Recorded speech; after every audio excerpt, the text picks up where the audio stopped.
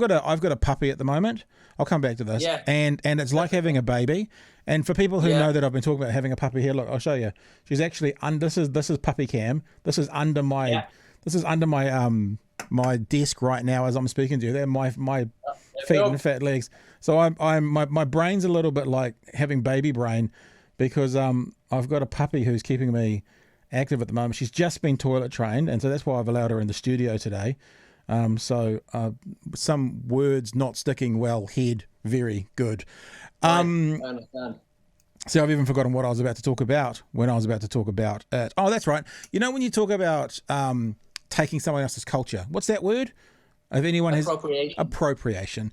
We talk about appropriating things. I put a text out on St. Patrick's Day, and I said, if you've ever complained about someone appropriating someone else's culture, and you're currently fucking dressed in green, getting drunk at lunchtime with no ties to the Emerald Isle, then you're a fucking hypocrite. Because it makes me think about. And then I said, as an aside, by the way, St. Patrick wore blue. Fuck yourselves. So this idea about being method actors and sort of coming, and that, for me, I'm going down this thing at the moment about what we can and what we can't do. You know, there was this news about Sia a few weeks ago getting in trouble, now being called ableist because she used an actress to play a part in a short film who was autistic rather than an autistic girl. And I'm sitting here going, I'm here like, look, just... I'll follow the rules. Just give me the fucking rules, right? If you give me the rules, I'll follow them, right? If that's what we're saying, if we're saying an able-bodied person can't play a disabled person, I'm actually fine with that.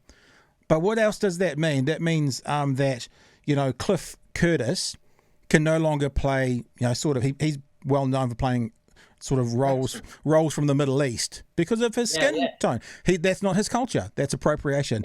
Lesbians can't play straight women anymore. That would be appropriation. You know what I mean? What about so Spider-Man Tom Holland, he uses an American accent. That's an appropriation of an American accent. And so I'm just trying to go through this thing going, what are the rules? Give me the rules and I'll abide by them. And I mean, you're a stand-up comedian. We haven't talked much about comedy, but it seems to be an area that a lot of stand-up comedians sort of, you know, they make what can you joke about? What can't you joke about? What is it okay for this white quote unquote cisgendered male talk about? What is it okay for this person to talk about?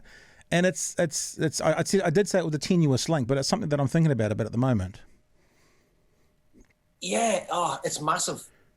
You've said a lot there, and there's so many different directions you can go in. It's such a weird thing. The St. Patrick's Day thing, first of all. It is what it is. It's always been that. And when I lived in Ireland, we loved it because we'd get foreign people come over to Dublin. We went out to town, and when you were single, you loved it. You know, you went out. They were over looking for whatever. Kiss an Irishman. It was great. Yeah, it was great. It's weird when I came here.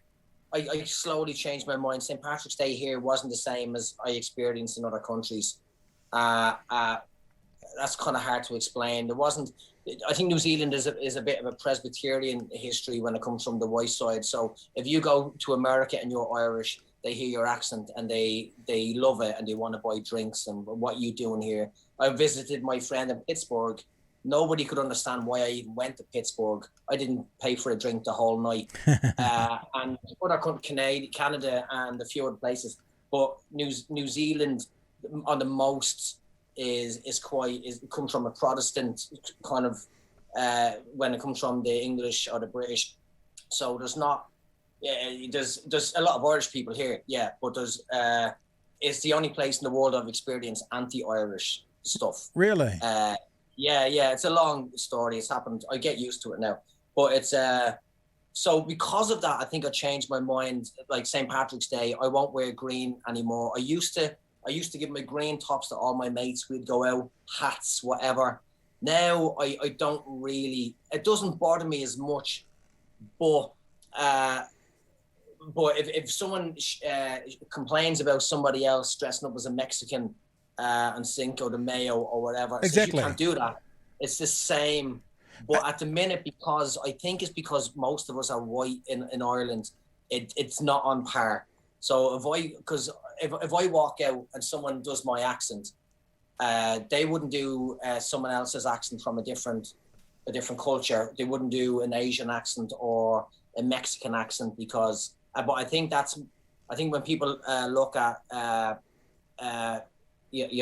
groups of people that were tread upon or whatever, even though Irish people have had it, but not as bad as Africans and other cultures that have had it a lot worse for longer. So I think. But on that point, and I won't use the word because I don't feel it's the right word to use, but my ancestry is in Belfast, right?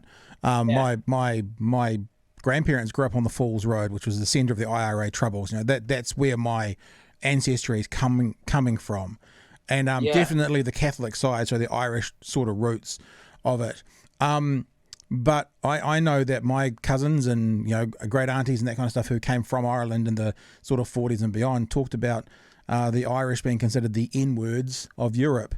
So whilst it's not the same, and I'm not saying it is a parallel, no one quote me on that, the Irish were certainly considered the way it's been told to me, the sort of lowest on the totem pole.